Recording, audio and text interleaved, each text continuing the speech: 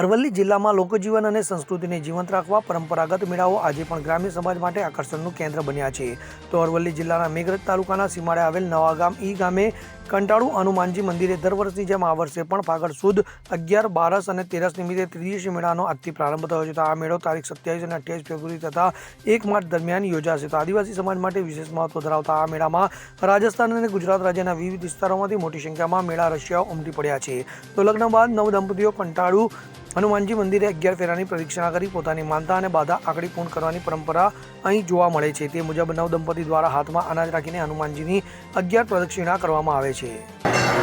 અહીંયા દર વર્ષે ફાગણ મહિનાની અંદર ફાગણ સુદ 11, 12 અને 13 એમ ત્રિદિવસીય અહીંયા મેળો ભરાય છે.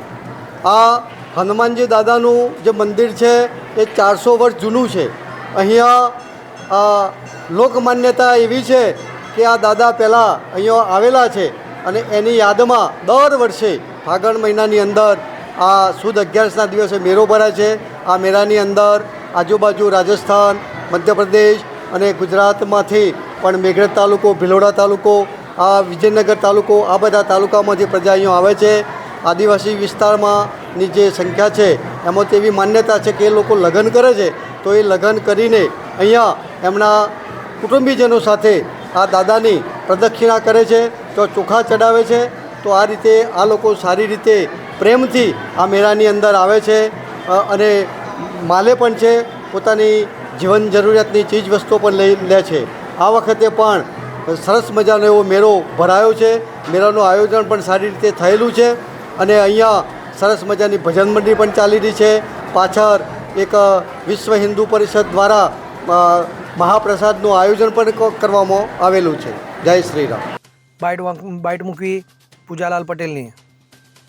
VO2 મેળામાં માટીના વાસણો, પરંપરાગત ઢોલ, બાણ, લોક હસ્તકલા સામાન તથા ગ્રામ્ય જીવનની ઝાંખી દર્શાવતા સ્ટોલ ખાસ આકર્ષણ રહેશે.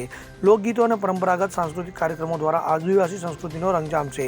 તો નાના બાળકોથી લઈને વયવૃદ્ધો સુધી સૌ કોઈ મેળાનો આનંદ માણવા આતુર રહે છે. તો આજથી ગ્રામ્ય વિસ્તારોમાં હોળીના ઢોલ ડબુકવાની શરૂઆત થઈ છે. તો મેળામાંથી મોટા ભાતીગળ ઢોલ ખરીદતા હોય છે અને સંસ્કૃતિને ઉજાગર કરતા હોય છે અને સંસ્કૃતિને ઉજાગર કરતા નૃત્ય કરે છે. મારું નામ દિલીપભાઈ રણછોડભાઈ ખરાડી છે. આજ કંટાળુ મુકામે અમલી 11નો મેળો ભરાય છે. આ મેળામાં અમારા ગુજરાતથી તેમજ રાજસ્થાનથી આજુબાજુના દરેક ગામમાંથી લોકો ઉમટી પડતા હોય છે અને અમારી આદિવાસીના લોકો અહીં હોળી તહેવારમાં જે ચીજ વસ્તુ મળતી હોય છે, હોળી ઢોલ, નગારા, તેર કામઠાને અમારે સારી રીતે એમને ઉજવતા હોય છે. તેમજ આ મેળામાંથી ખરીદી કરીને લોકો હોળીનો ઢોલ ખરીદીને તે પોતાના ગામમાં જે હોળીના દિવસે રાત્રે ઢોલ વગાડીને તેમાં હોળી ઉજવીને મોજ મસ્તી એકબીજા ભાઈચારાથી એ લોકો મોજ કરતા હોય છે.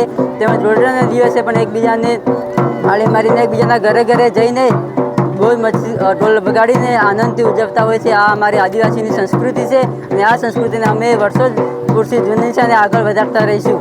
Thank you. મેળાની વ્યવસ્થા નવાગામ યુવક મંડળ અને નવાગામ ગ્રામ પંચાયત દ્વારા કરવામાં આવી છે. તો મુલાકાતીઓની સુવિધા અને સલામતી માટે સ્વયંસેવકો તૈનાત રહેશે.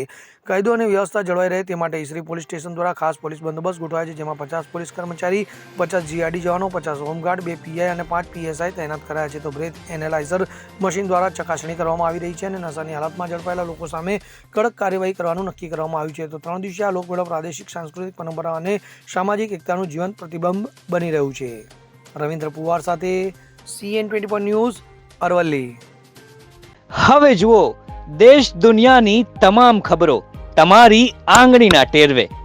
ઉઠાવો મોબાઈલ અને Google Play Store પરથી ડાઉનલોડ કરો અમારી CN24 ન્યૂઝ મોબાઈલ એપ.